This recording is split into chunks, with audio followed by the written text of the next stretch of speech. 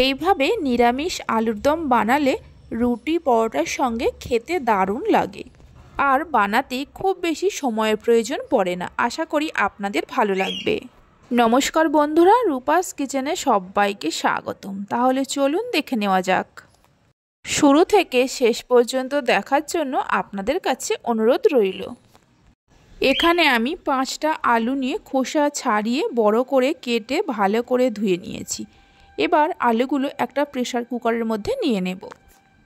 Pressure কুকারের মধ্যে আলুগুলো দেওয়ার পর পরিমাণ মতো জল দিয়ে দিতে হবে। আলুগুলো ডুবে থাকে ঠিক সেই মতো জলটা দিতে হবে।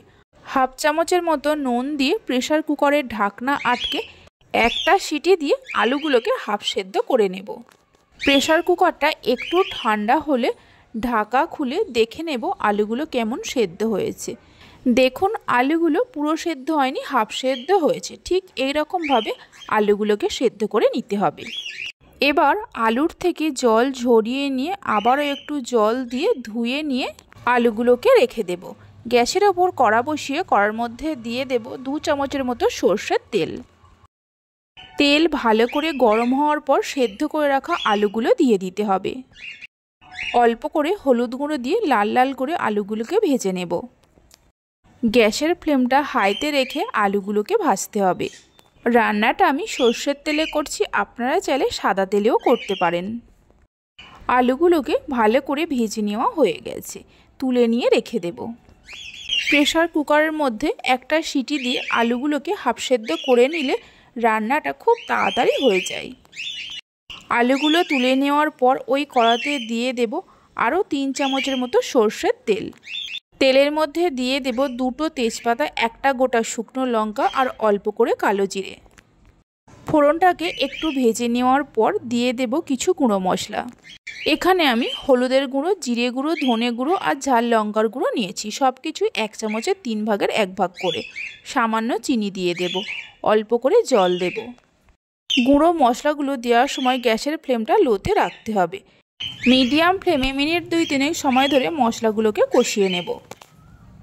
মশলা ভালোভাবে কষিয়ে নেওয়ার পর দিয়ে দেব হাফ চামচের মতো গ্রেট করা আদা।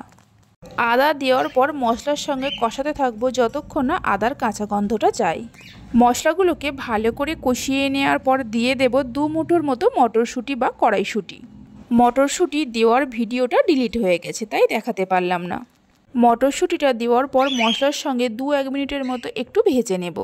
মটরশুঁটিগুলো একটু ভেজে নেওয়ার পর দিয়ে দেব সেদ্ধ করে ভেজে রাখা আলুগুলো। একটা বড় সাইজের টমেটোকে কেটে নিয়ে দিয়ে দেব। 3-4টে কাঁচা লঙ্কাকে চিড়ে নিয়ে দিয়ে দেব। স্বাদ মতো নুন দিয়ে দেব। আলু সেদ্ধ করার সময় নুন দিয়েছিলাম, তাই নুনটা বুঝে দিতে হবে।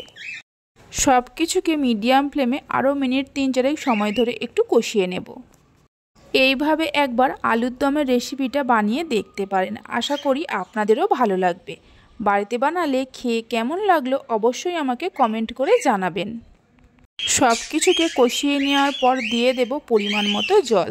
তবে জল খুব বেশি দেওয়ার প্রয়োজন নেই, কারণ আলু হাফ সেদ্ধ করা আছে। জলটা দেওয়ার পর মিশিয়ে নিয়ে গ্যাসের ফ্লেমটা হাইতে করে ঝোলটা ফোটা পর্যন্ত অপেক্ষা করব।